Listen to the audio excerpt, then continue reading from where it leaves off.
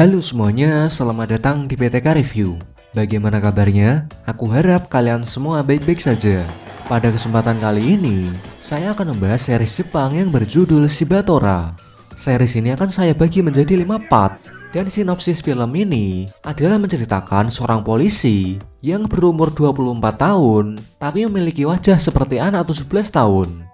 Polisi ini memiliki keahlian bertarung berupa kendo, dan dia juga memiliki kekuatan supernatural untuk melihat kapan orang-orang akan mati. Dalam series ini, karena dia berwajah 17 tahun, dia ditugaskan untuk menyamar di sekolah preman. Karena di sekolah itu dicurigai sebagai sarang kejahatan besar. Baiklah, tanpa banyak ngomong di awal, langsung saja kita masuk ke ceritanya.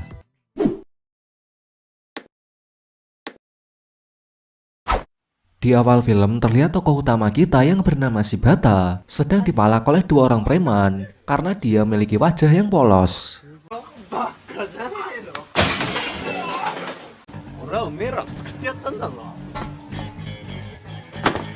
Di saat itu juga, teman Shibata yang bernama Kojiro menakuti kedua preman tersebut.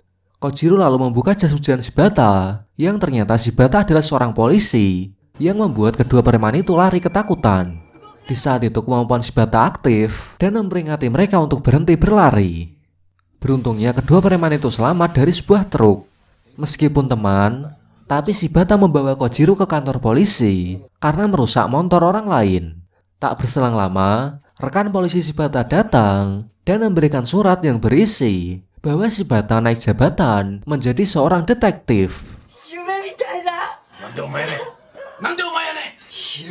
Singkat cerita, Shibata dan Kojiro akan merayakan promosi jabatan dari Shibata di toko barang bekas milik Kojiro. Oh ya, Shibata dan Kojiro juga tinggal bersama di toko tersebut. Tak berselang lama, datang teman Kojiro yang bernama Hakuto. Dia baru keluar dari penjara. Dan kenapa dia di penjara adalah karena sudah membobol situs kepolisian. Saat di toko, Shibata melihat seorang cewek yang mencuri barang-barang di sana.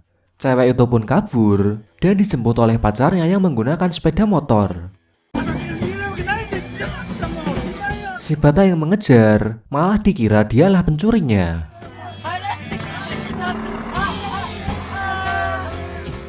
Esok harinya, Shibata yang kesiangan, dia pun buru-buru berangkat ke kantor barunya. Di sana dia diantar oleh 3 cewek cantik ke divisi keselamatan. Di divisi tersebut, Shibata memiliki 2 rekan yang bernama Shinju dan Hanju. Shibata pun dimarahi seniornya karena datang terlambat.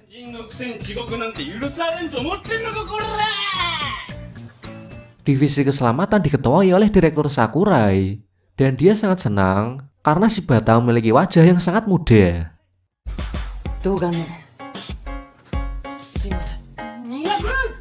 Di hari itu juga, Shibata mendapatkan tugas pertama dari seorang bapak-bapak yang melaporkan kalau anaknya sudah pergi dari rumah dan tidak pulang-pulang. Bapak ini bernama Hoso dan dia meminta Shibata untuk membawa putrinya kembali. Putrinya itu bernama Mizuki. Dari keterangan Pak Hoso, putrinya diculik oleh geng yang bernama Helter Skelter. Pak Hoso mengatakan kalau geng tersebut juga mempunyai bisnis prostitusi. Di saat Pak Hoso pergi, Direktur Sakurai ternyata menguping mereka dan dia membawa Shibata ke ruang bawah tanah. Di sana, Shibata disuruh untuk menyamar menjadi salah satu anggota geng Helter Skelter demi bisa mengungkapkan kejahatan mereka. Dan syaratnya, Shibata tidak boleh ketahuan jika dirinya polisi. Kalau ketahuan, dia akan dipecat. Dengan memanfaatkan kepolosan Shibata, Direktur Sakurai pun berhasil membujuknya.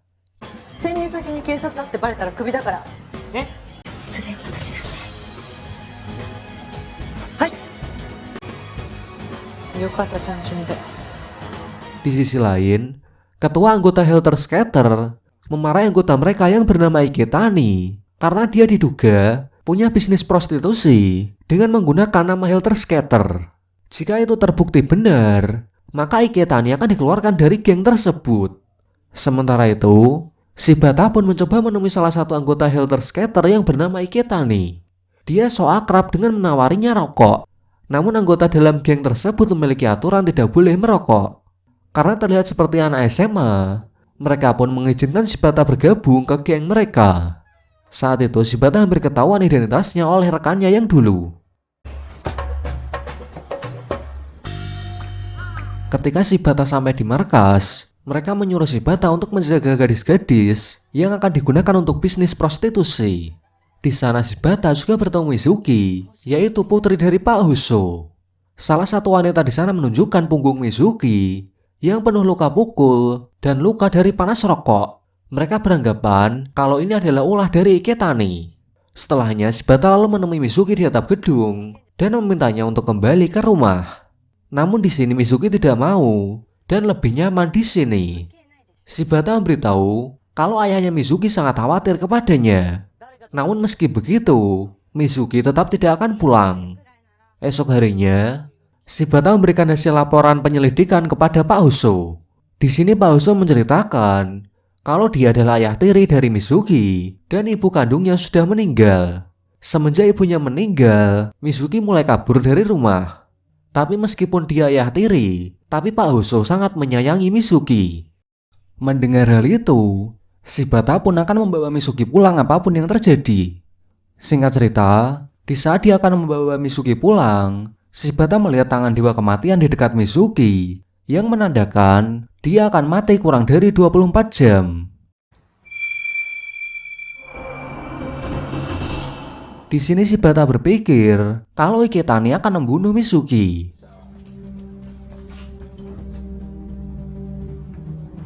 Dengan bujukan dari hati ke hati, akhirnya Mizuki mau pulang dan mereka pun dikejar oleh geng Helter Skelter.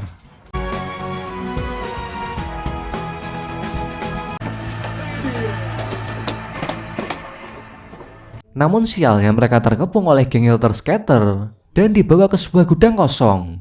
Di sana Shibata diajar agar mau mengakui bahwa dia seorang polisi. Tapi di sini meski dipukuli, Shibata tetap tak mau mengaku.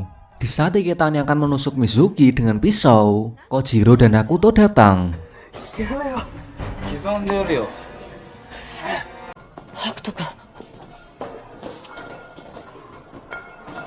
Mereka juga membawa para anggota Helter Skelter untuk membantu mereka. Dan di sini diketahui bahwa Kojiro dulu adalah pemimpin generasi pertama dari geng Helter Skelter. Dengan ini Iketani dan bawahannya pun mengaku kalah dan mereka akan dikeluarkan dari Helter Skelter karena sudah terbukti menjalankan bisnis prostitusi. Setelahnya Shibata pun berhasil membawa Mizuki pulang ke ayahnya. Namun di saat Shibata sudah pergi, ternyata ayah tirinya ini sangat terobsesi dengan ibunya Mizuki yang sudah meninggal. Dan luka-luka di punggungnya Mizuki, ternyata ayahnya lah yang melakukannya. Sedangkan di sisi lain, Shibata masih kepikiran dengan Mizuki.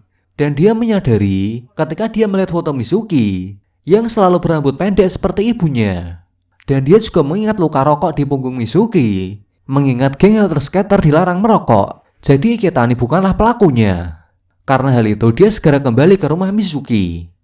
Tapi sebelum pergi, dia juga menelpon Kojiro untuk juga datang membantunya.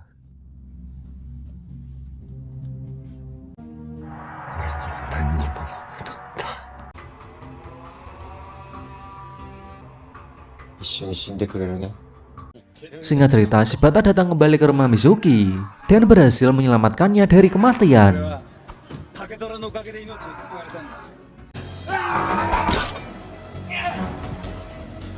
Di saat Shibata terdesak, Kojiro memberikannya stick golf dan dengan keahlian kendonya, dia berhasil mengalahkan Pak Huso.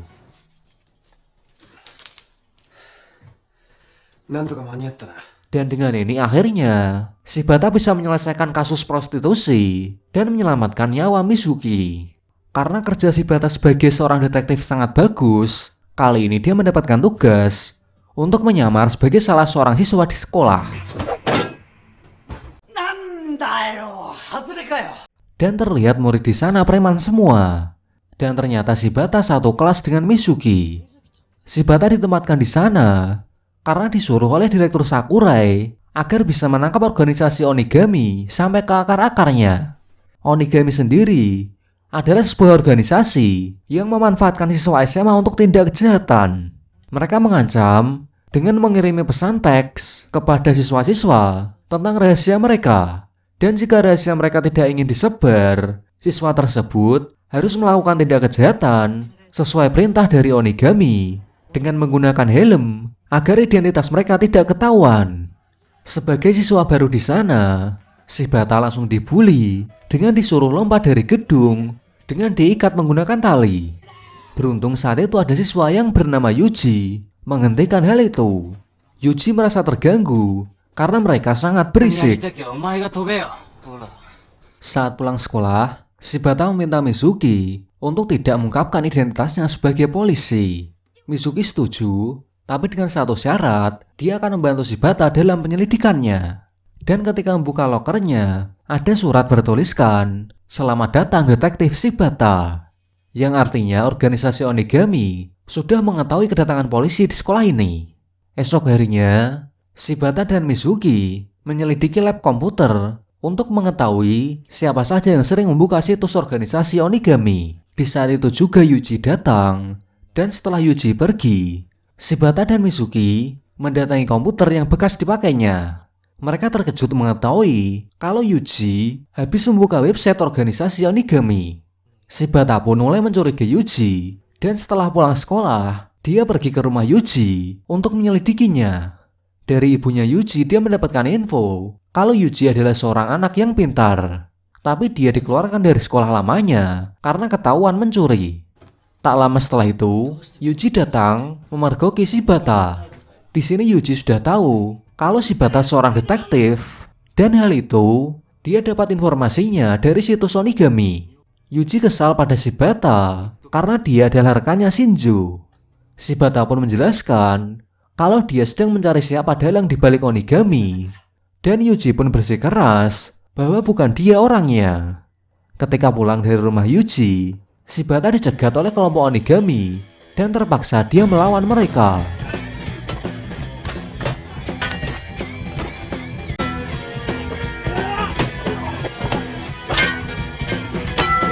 Di saat itu juga, Hakuto dan Kojiro datang membantu.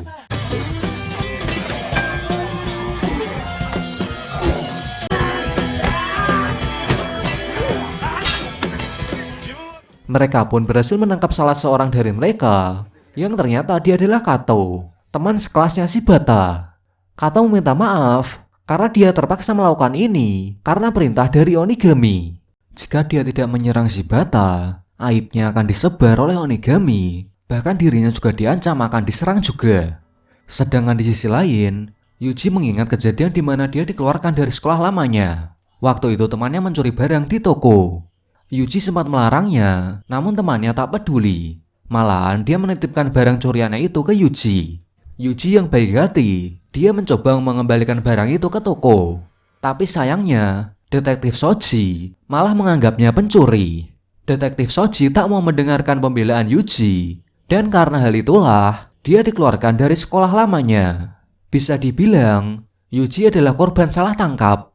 Sedangkan di sisi lain, Shibata yang sudah tahu soal masalah Yuji dan detektif Shoji, ia pun langsung menemuinya dan meminta detektif Shoji untuk menyelidiki ulang tentang kasus Yuji. Di sini Shibata yakin kalau Yuji bukanlah pencuri, dan dia ingin mengembalikan nama baik Yuji. Akan tetapi detektif Shoji masih tetap saja tidak mau tahu. Malamnya, Shibata menemui Yuji untuk mengatakan bahwa dia percaya kalau Yuji bukanlah pencuri. Namun di sini Yuji masih belum percaya kalau Shibata mendukungnya. Di saat Yuji pergi, Shibata melihat tangan dewa kematian di sekelilingnya. Shibata menelpon Kojiro dan Hakuto untuk membantu mencari Yuji sebelum terlambat. Dengan bantuan geng Helter Skelter, mereka pun berpencar untuk mencari Yuji. Namun hingga subuh, mereka semua tak berhasil menemukannya. Esok harinya, para polisi mendapatkan undangan dari organisasi Onigami untuk datang ke sekolah Shibata. Pihak Onigami menginginkan detektif Shoji. Pihak Onigami pun menelpon Shoji, dan yang bicara ternyata adalah Yuji. Yuji meminta detektif Shoji untuk mengakui bahwa dirinya salah menangkap Yuji dan meminta maaf ke publik. Jika Shoji tidak mau, dia akan meledakkan sebuah bom di sekolah. Dan untuk menunjukkan keseriusannya, dia meledakkan bom di sebuah bangunan kosong depan sekolah.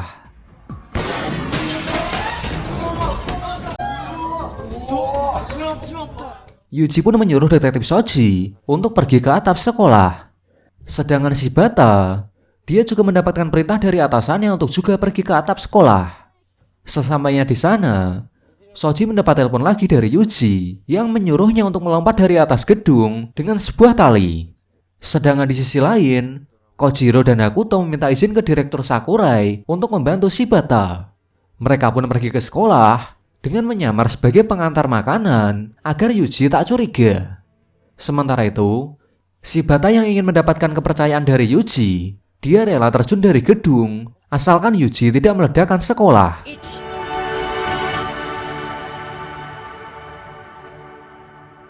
Singkat cerita, Yuji pun terjun. Beruntung sebelum sampai tanah, Kojiro dan Hakuto berhasil menolongnya. Melihat tekad Shibata, membuat Yuji tersadar bahwa masih ada seseorang yang masih percaya padanya. Dan ancamannya tentang meledakkan sekolah ternyata hanya palsu.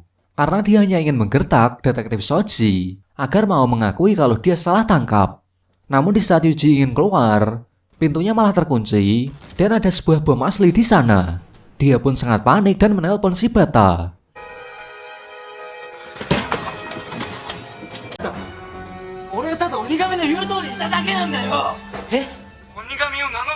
Di sini ternyata Yuji dijebak oleh Onigami.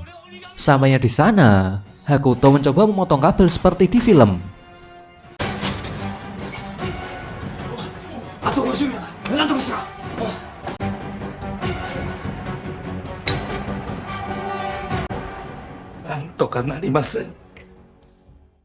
Namun hal itu sia-sia dan Shibata pun langsung membuang bom itu keluar. Setelah semuanya selesai, detektif Shoji mengakui kesalahannya kepada Yuji. Dan Yuji pun dibawa ke kantor polisi untuk dimintai keterangan. Di part kedua nanti, Shibata akan kembali berjuang untuk mengungkap siapa itu Onigami sebenarnya.